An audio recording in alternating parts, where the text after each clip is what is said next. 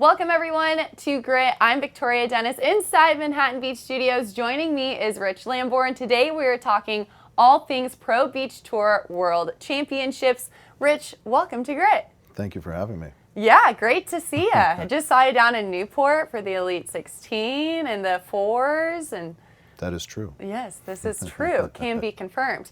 Okay. The World Championships are happening down under in Australia. 48 teams for men and women's. That's 12 pools of 4. What can we expect to see? I think the World Championships is probably the truest test of who the best team in the world is. You know, there's oftentimes a conversation about the Olympic Games, and obviously the Olympics are kind of the crown jewel. Because of the scope and sort of everyone in the world understands what an Olympic championship means and all that. But sometimes, not all the time, sometimes the Olympic field can be, strength of field-wise, one of the weaker tournaments you play, right? Just because it has to sort of have representatives from all parts of the world that you may not get in an elite event throughout the competitive 4 years, right?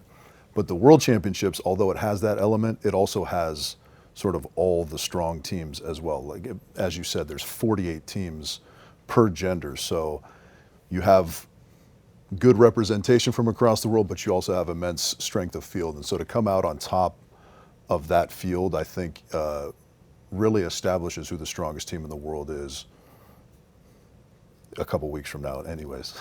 Yeah, how do athletes prepare mentally and physically differently from Olympics to world champs? Because you're not the first person to say it's harder to win a world champs than it is an Olympic medal by just looking at the field itself. Yeah, well, I don't know that your mental preparation is necessarily any different. You know, I can only sort of speak to when I was coaching teams. One of the ways that we would prepare is sort of look at the whole calendar and circle, you know, we'd have 2 focal points, maybe 3 sometimes. And those were times when we wanted to be peaking physically, right? And that was kind of more of a strength and conditioning centric type of a thing, right? Because your strength and conditioning program is gonna sort of ebb and flow in its volume and such so that you're peaking at certain times. And you can't really, unfortunately, be humming at 100% for months and months, right? So you really have to sort of sacrifice from a physical standpoint. And that's where the mental side maybe comes in, because you have to understand that and you have to find ways to try and win even when you know and you can feel probably that you're not necessarily at your best physically, right? And so I think this World Championships is an interesting challenge for people in the sense that it's in November, which is incredibly late in the year for the traditional beach volleyball season, even though, you know, the calendar's been getting stretched and stretched, it seems like, over the years.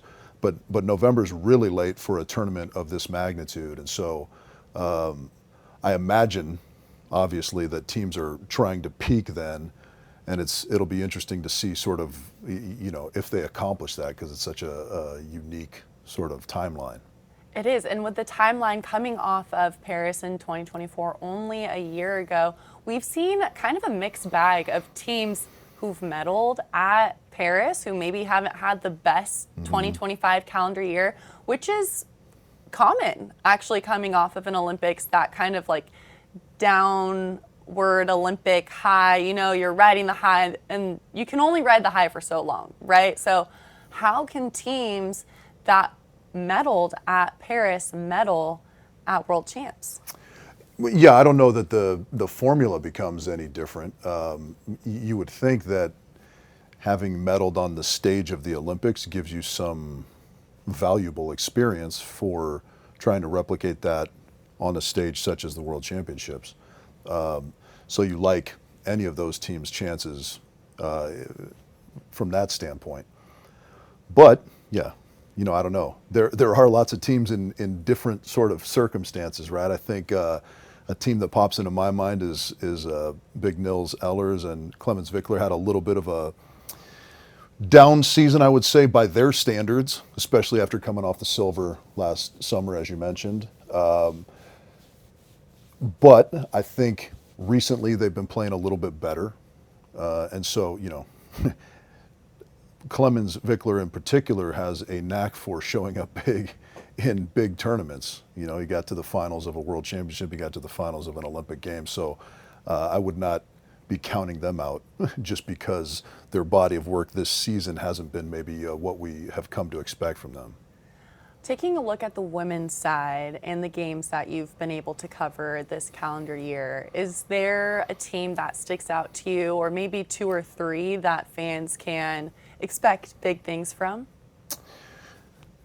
We were talking about this a little bit before we got going here. I think the women's field is so wide open, compared to the men's side. There's a handful of teams that we expect to be there at the end. But I mean, I think, man, we have a couple American women's teams that can be in the mix. Obviously, you have Mel and Brandy, Valentina Gotardi and Orzi Tal. I mean, you like any match that Valentina's involved in, I think you have to expect that they can put up some results. Obviously, Anna Patricia and Duda, Tina and Anastasia from Latvia. I mean, the list seems to go on. Svenja and Sinja just won the elite down in Cape Town. So you got to like how they're playing going into the World Championships. I mean, the women's field seems to get deeper and deeper. Do you think that's a testament to collegiate volleyball in the States? And we've seen, Spain or Latvia come on the state side and play, LMU, TCU, you name it. We've been able to see the growth in the pipeline at the juniors level and collegiate level, even with international players stateside. Do you think that has a little bit to do with it? Yeah, it may be a small factor. I think right now it's probably more coincidental than anything. If we still have the same situation 5, 6, 7 years from now, I think you could start to look at, certainly I think that's what attributes to the strength of field in the U.S., right? Because all of our really good teams are collegiate products at this point. The international field is so interesting in the sense, in my opinion anyways, that they don't necessarily have, they meaning all the other countries, don't necessarily have this huge field of players to choose from. So they partner up, and it's not this like ongoing carousel that sometimes we see in the States, because you have to sort of find two good players and figure out how to make it work because you may not have a lot of other options. And so I think there's some value to that mindset as well. Sometimes I think we pull the plug on partnerships a little too quickly in our country because we have so many players to choose from. We get into this grass is greener mentality a little too easily at times, my opinion.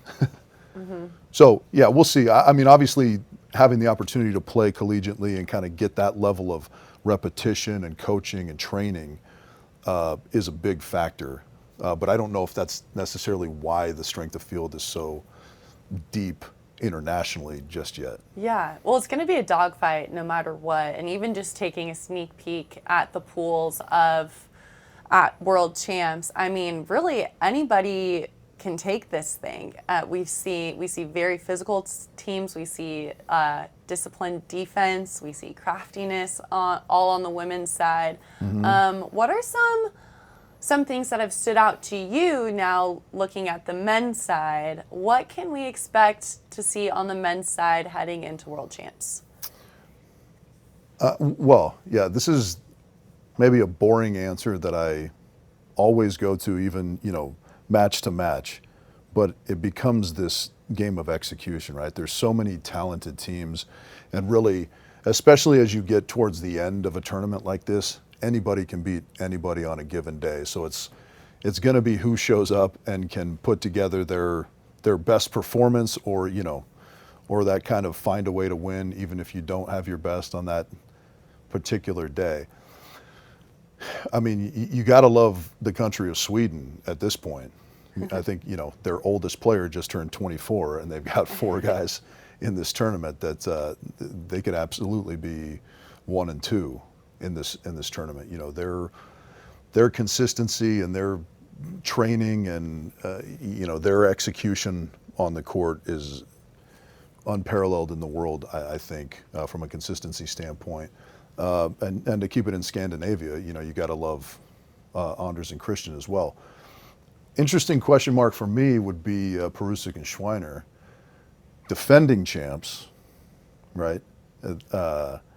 And they've been a little bit off again by their standards. I think they've had some injury issues and such, but you know, anytime you come in as a defending champ, you like to try and validate that, right? So it'll be interesting to see what they can put out there as well. What do you think they have to do defensively or offensively? What do they need to change or maybe focus on?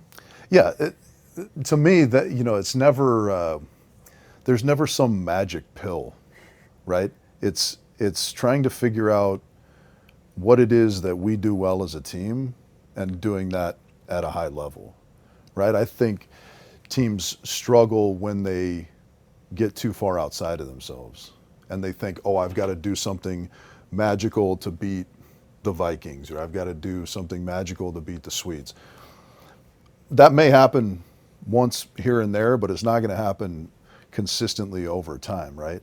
And so my coach in college used to say, like, great plays are awesome, but we need a lot of good plays over time. You know, a great play will work its way in there, and that's wonderful, but you can't expect to have that happen and that be the reason you win, right? And so, you know, each team's got kind of their own set of strengths, and the team that leans into those the best, I think, is going to have the most success.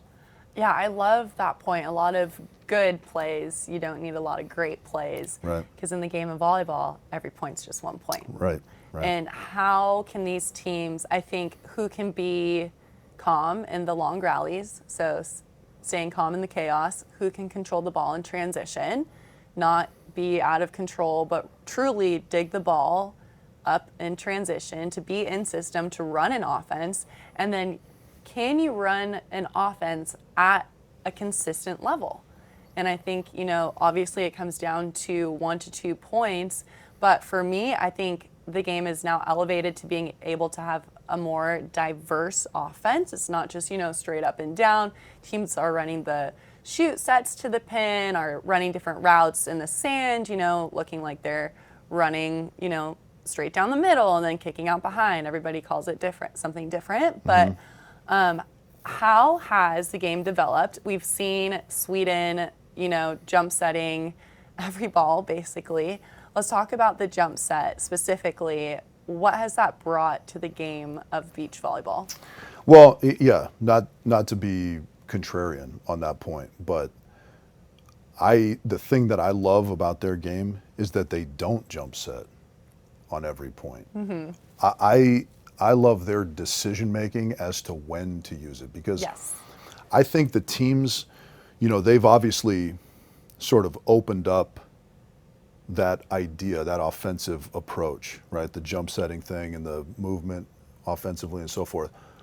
But I think where they excel is in the decision making element, because everybody that's trying to mimic them and trying to catch up to them forces it.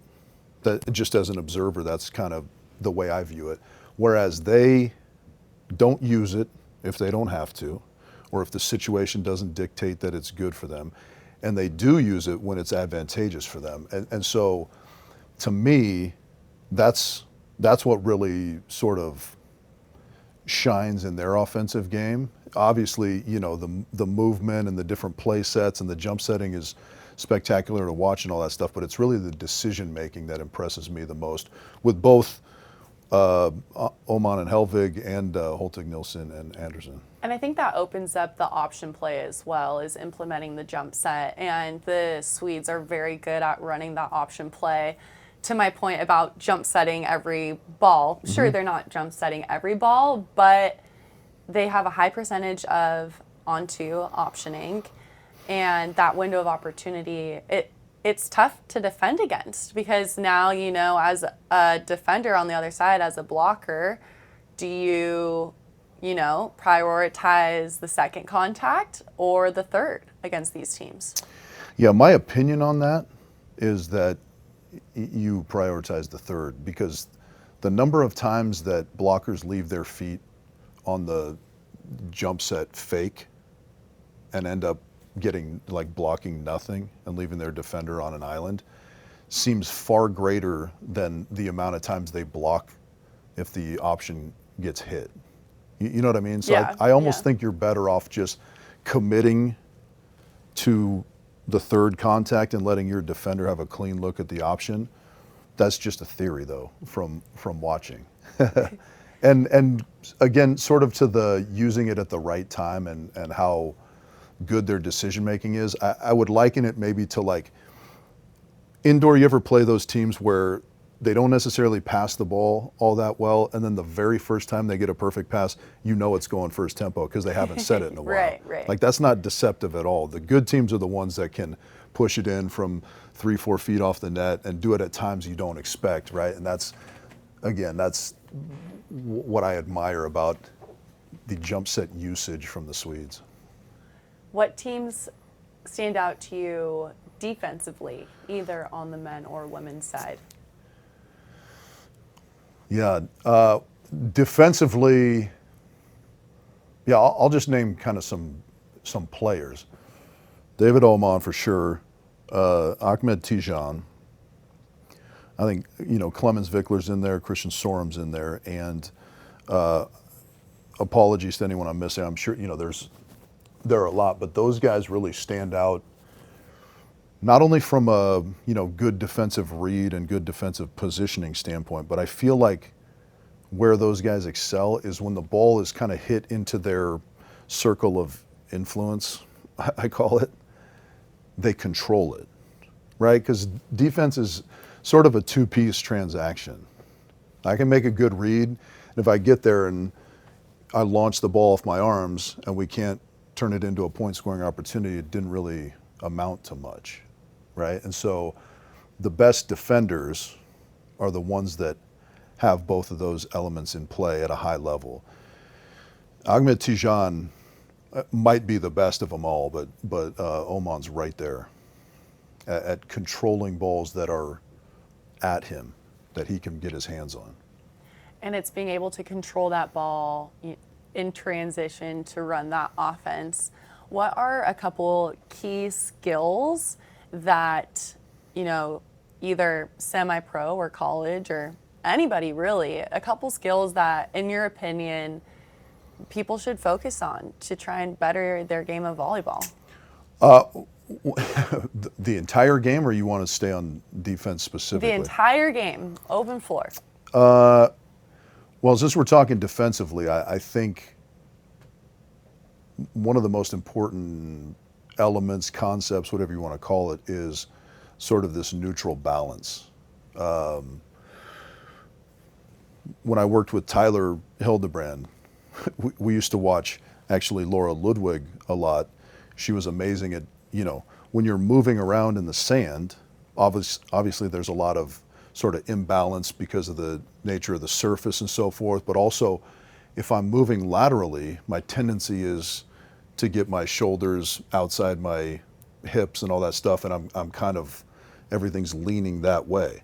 But if I can move in such a way where my weight is centralized over my hips and kind of between my feet, then if I need to change direction, I'm capable of doing that, right? And so I think the best defenders are the players that are capable of doing that. They never look off balance.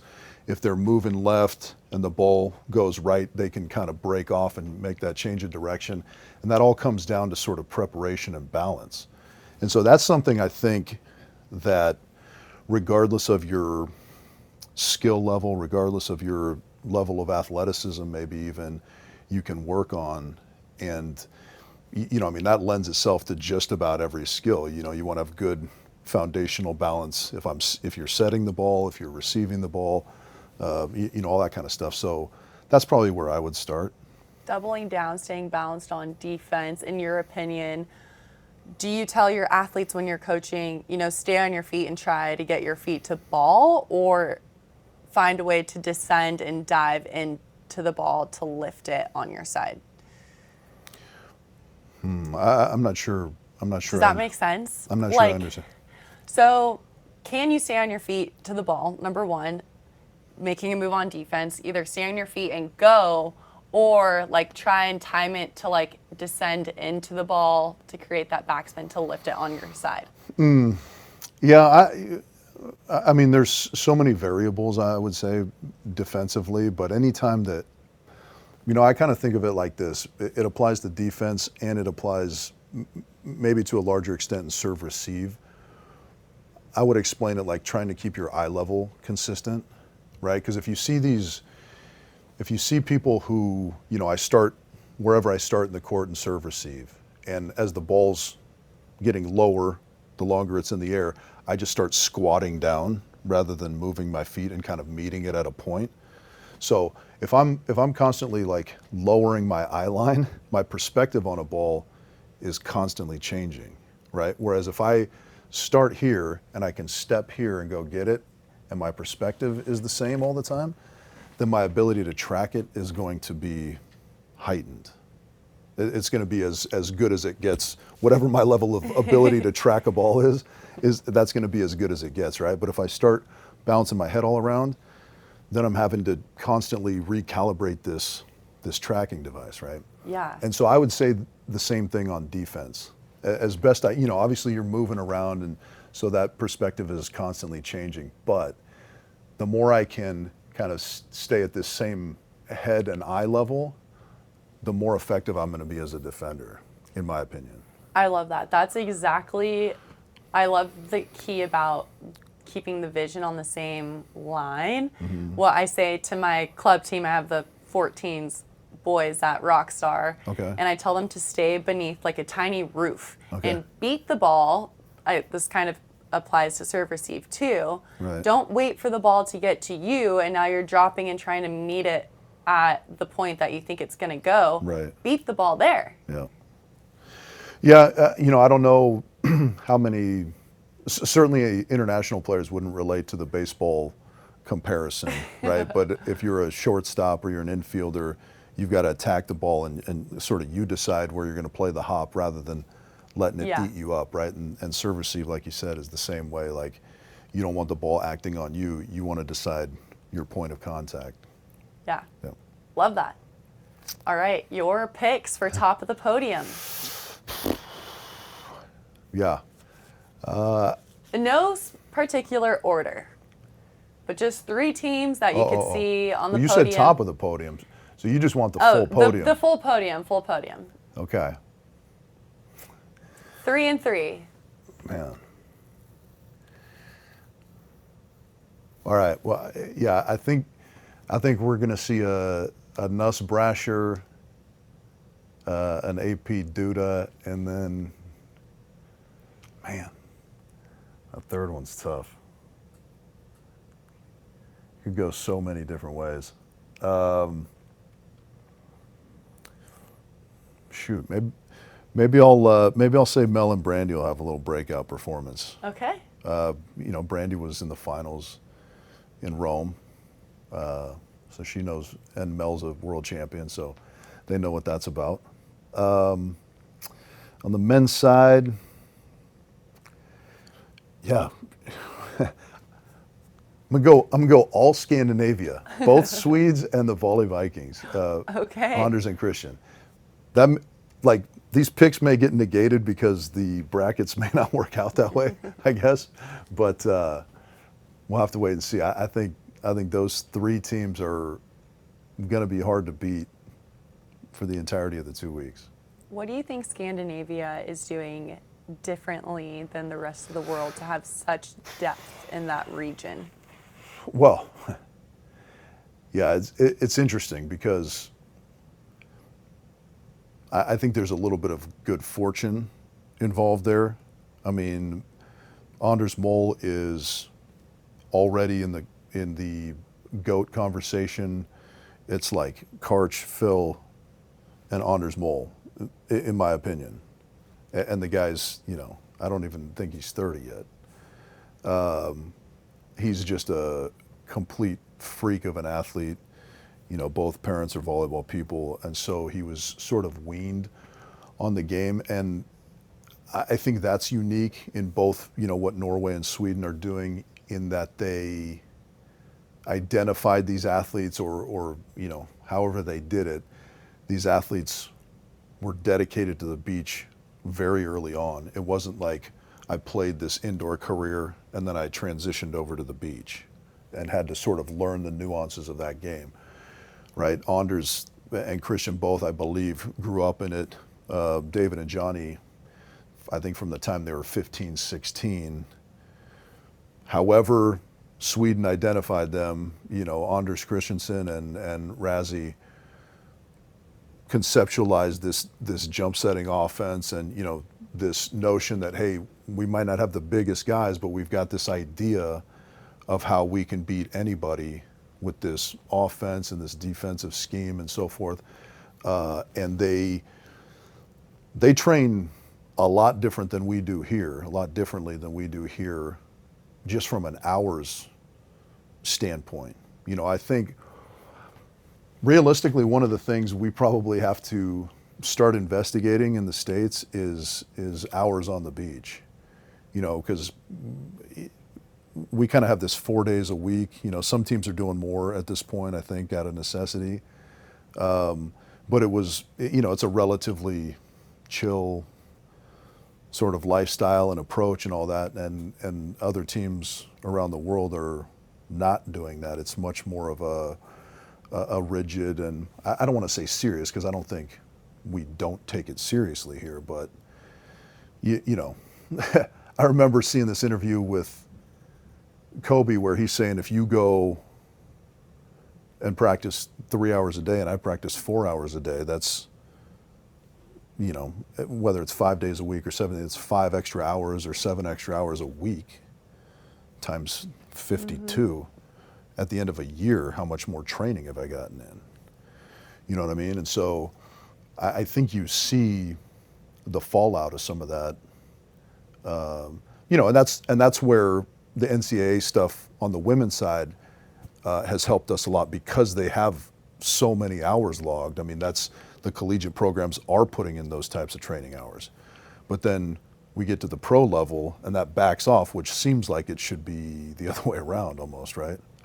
So anyways, I think I started talking off topic, but I think Scandinavia has a particularly rigid and effective approach to their training. Yeah. Yeah. Big time. Yeah. And Anders Mol will have his 3 brothers also competing at World Champs. That's wild, right? So 4 out of 4 Mol brothers will be there, all in. And 2 of them, Hendrik is in a pool with his 2 little brothers who are playing together. Right. And the 5th Mol is their sister who plays at TCU. So we'll see if she'll probably head on over for Thanksgiving or something with the whole families down there playing in World Champs. How fun. There's going to be so many moles, you're going to need to see a dermatologist. Yeah, exactly. Well, thanks for coming on. Yeah. Anything else off the top of your head? No, it should be exciting. Yeah, I don't know. It's always interesting because we have so many tournaments and it's great throughout the year, and then we just sort of arbitrarily assign extra value to tournaments like this. You know, it's a bigger field and all that. But that is very meaningful. You know, I mean, you can certainly, it's palpable when you get there and you arrive and it's the World Championships, and, you know, all of a sudden playing whoever that you're used to playing all the time takes on a little bit extra meaning. So it's fun for us as fans, as spectators as well. Yeah, it's gonna be a good one. Yeah, Gonna be a battle. You never told me who you're. My picks? Yeah. Oh my gosh. You've gone over this with a few people, so you yeah, right. Okay, so for the women's side, it's hard to choose because we talked about it. There's so much depth, and I think there's going to be some upsets that, quote unquote, upsets that we're going to see. Yeah, Cloth and Ness for sure. I mean, they're undefeated on U.S. soil. I call her Brasher, whatever you want to call her. Oh yeah. Oh, sorry. Sorry, Taryn. As I'm Sorry. blinded by your ring over there. I know. Sorry. He did well. He did well. He did well. Sorry, Taryn, Brasher, and Nuss. I think, Duda, Anna Patricia, an easy go-to. I feel like we might see a Lithuania. I think we might see a Germany. I think we might see in Italy. Yeah. So you have 2 picks, and then the third one is up in the air for you. Yeah. Okay. For sure. All right. Men's side, Anderson Christian, for sure. The Swedes, they'll be on there somewhere. Which ones? I know. Yeah. The young guns are coming off winning Cape Town. Yeah. So, they're peaking at the right time. You talked about peaking at the right time. I don't know. If I had to choose 50-50, one or the other, I would say the young guns. Okay. Yeah. Hot take, I know. But No, that's not. I went with both of them, so Yeah. I took the easy road out. Yeah. You're going young ones. I'm going young ones. And by young, we're talking relatively, because Yeah. 23 and 24 is not old. No, it's not. It just so happens their teammates are 19 and 20. Right. Yeah, and that third spot, I think Qatar could be up there. Yeah. I think. It's pretty wild that we're not really talking about, Ivandro could get on there too. Netherlands Right. could get on there. Yeah, Borman de Groot is a good team. They're always a little bit of a question mark because, man, they seem to be, I don't know what the deal is in Holland. If they're like more susceptible to injury, or if they just, this is my personal opinion, that they overreact a little bit. You know what I mean? Which, listen, their results speak for themselves. Yeah. So, far be it from me to second guess. But it's just a different mentality, I think, than we have here, right? Kind of like grit and bear it. They're like, you know what? My manicurist kind of overclipped my pinky. No. I'm joking, but unfortunately, Stefan and York have had some legitimate injury concerns between the two of them. So when they put it together, they're as good as it gets. And we didn't get to this one question, the best match that I saw. Yes. I'll just throw this in there because it just reminded me talking about Stefan and York. In Brazil, in Saquarema, Jonathan Helvig had busted up his right thumb.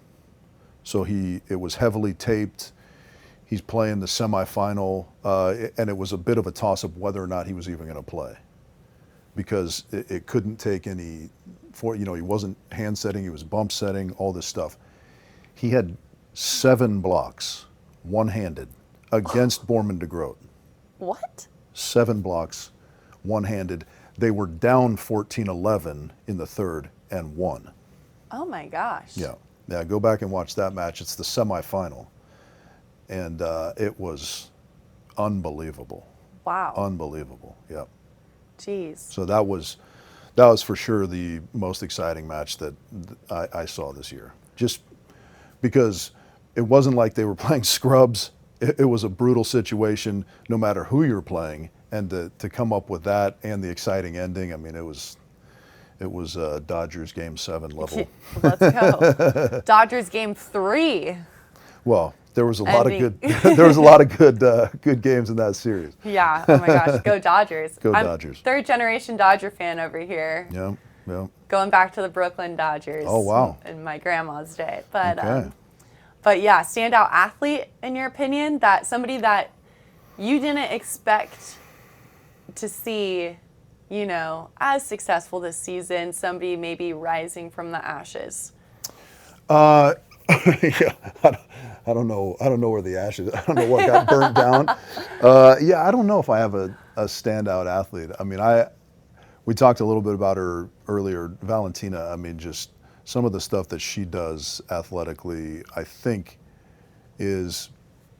I don't know that it's changing the game, because I don't know that you could replicate it. But she's kind of like I don't know, she would be in that same athletic category that's rarefied air with like a Brandy. And, you know, I think on the men's side, Anders is kind of in that category, maybe by himself, just from a physicality and all around athleticism standpoint. To be able to set yourself apart athletically in a field of elite athletes is pretty special. And so that's always extra exciting to watch. Yeah. Well, thank you. Yeah, you got it. Excited for World Champs? Yeah. Gonna hear you on the mic? Here and there, yeah. All right. We'll be tuning in. All right. Sounds good. Well, thanks for coming on. Thank you for having me. Thanks, everyone, for tuning in. Make sure to like and subscribe. Keep it gritty out there.